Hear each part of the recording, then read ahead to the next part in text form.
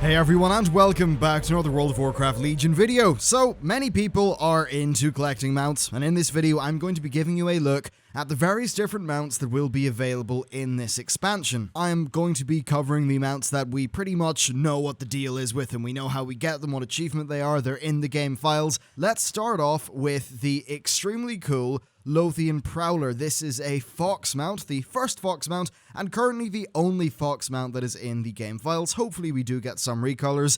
Definitely one of my favorite new additions in Legion, and you will be able to obtain that in Suramar via questing, so it will be reasonably easy enough for you to get. Next, we have the Fell Saber. Now, the Fell Saber that's been allocated to, a thing in the game files is the one that Demon Hunters will get when, it's pretty much 5 minutes into their starting experience. It's an extremely cool mount, very nice animation, some really cool glow effects on it as well. Definitely an absolute treat to use, but let's actually move on to some underwater mounts. It's been a little while since we've seen some underwater ones, and we'll be starting off with the Brine Deep Bottom Feeder. This is a pretty derpy looking fish that I do like quite a bit. Now, this is a fishing reward, so there is a fishing vendor. You get a currency, it's like a little blue ball thing. This costs 100 of them, so if you're into fishing and you're fishing quite regularly, this is something that you will be able to get. Next, we have the Fathom Dweller, also an underwater mount. This looks a little bit more sort of creepy, eldritch, whatever, in its design. Now, this is actually killed in the Eye of Ashara, but not the Eye of Ashara dungeon. There's actually an area below Asuna on the map called the Eye of Ashara, which is full of just creatures. You can head there. There is a boss there called Kosumoth the Hungering, who seems to be simple enough, but definitely does hurt if you mess up fighting him. It will require a number of players, as he's got about 80 million health, and this Fathom Dweller mount is actually a drop from him. Next up, we've got the remarkably uncute Rat Stallion. This is a rat mount, which I suppose is basically kind of obvious, that you get in the Dalaran underbelly by using Sightless Eyes. Sightless Eyes are a currency. I covered it in one of my more recent videos, so if you want more info, check it out there. But basically, yeah, it's an ugly mount that I suppose has a little bit of its own charm. And next we've got a mount that has had a fair bit of controversy, and that is the Blood Fang Widow. This costs 2 million gold. It's a rather creepy looking spider mount. I love how it's animated. Don't particularly love spiders, but I think they've really nailed spiders with this one. Costs 2 million gold, however, that's actually roughly not a crazy amount of money when you take inflation into account, and that's something that I have covered with some lovely maths in a video about a month ago. So from that, we move on to the various different mooses, and there are currently 3 of them. We've got the Grove Defiler. This is a more sort of emerald nightmare consumed moose, definitely quite cool looking, and that is available from your first raid meta achievement in Legion, so you'll be able to get that right off the bat. We then have the Spirit of some sort of odd night elf name. It's pretty cool looking, actually, so it's a Spectral Moose mount, and you can obtain that through Archaeology. So nice to see Archaeology getting some cool rewards, and definitely a nice looking mount. And finally, on the moose front, we've got the Great Northern Elderhorn. This is available to leatherworkers. Speaking of which, we've got the Steelbound Devourer.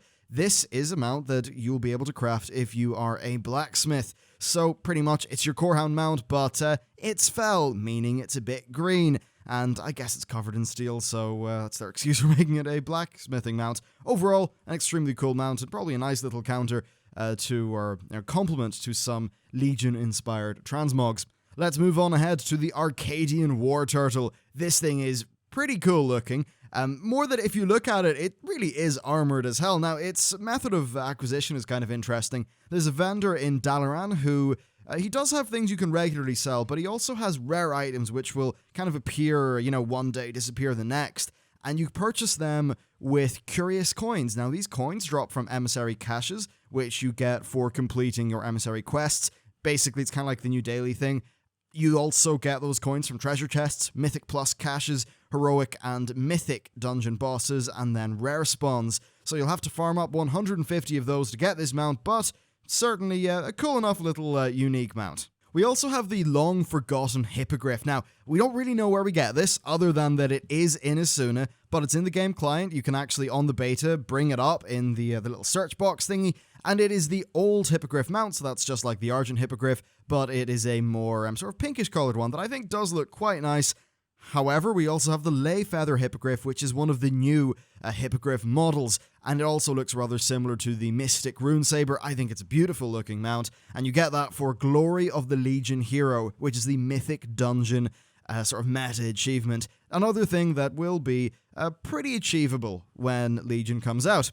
And then we have the Mechanized Lumber Extractor. You get this, and it is a pretty cool mount using the Sky Golem sort of appearance, and you'll be able to unlock this for getting 300 toys. Basically, it's an achievement, and it's nice to see the people who are collecting toys get rewarded with mount. So that's pretty cool. Next, we've got the Infernals. These are really badass. We've got the Fellblaze Infernal, and then we've got the red-colored Hellfire Infernal, both looking, I think, kind of tremendous.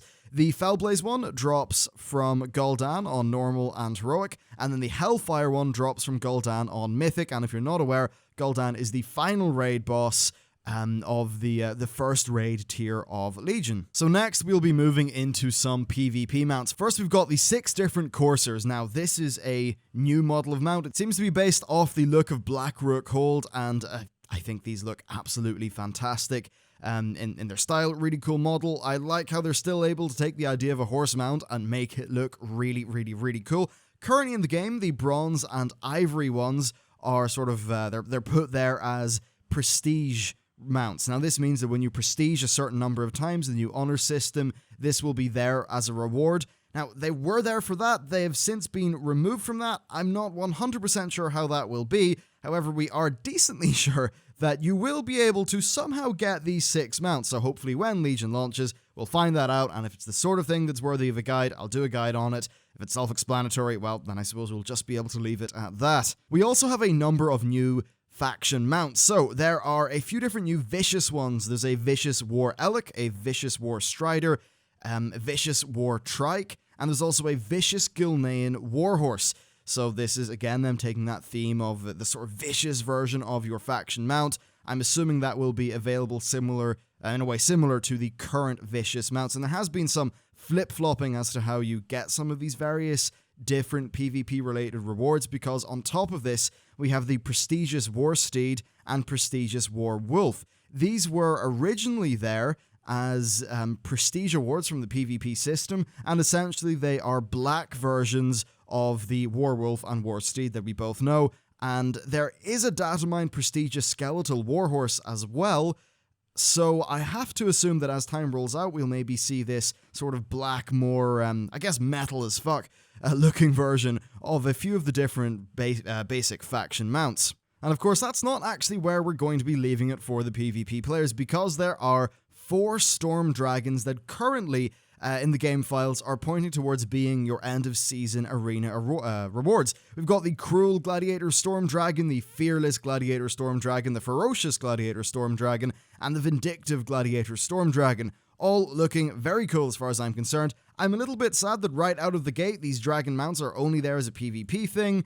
I'm assuming that at some point they will put regular Storm Dragon mounts there in the same way that most expansions, you know, like your Wrath, your TBC, etc., have had the dragon mounts that are commonly available to players. So hopefully that is something that will be there. And indeed, there are a number of unused, and indeed there are a number of Datamine Storm Dragon mounts that currently aren't really allocated as a reward, but the actual models do exist. So overall, that's it for my look at the new mounts that we're going to be getting in World of Warcraft Legion. This list is, I would say, complete insofar as what we have to go on now. Of course, the expansion is coming out in pretty much a month from when this video comes out. So this is likely what we're going to be seeing with the launch patch. But again, hopefully more stuff will come out in the future. Anyway, that's it for me. Thank you very much for watching this video, and I will see you next time.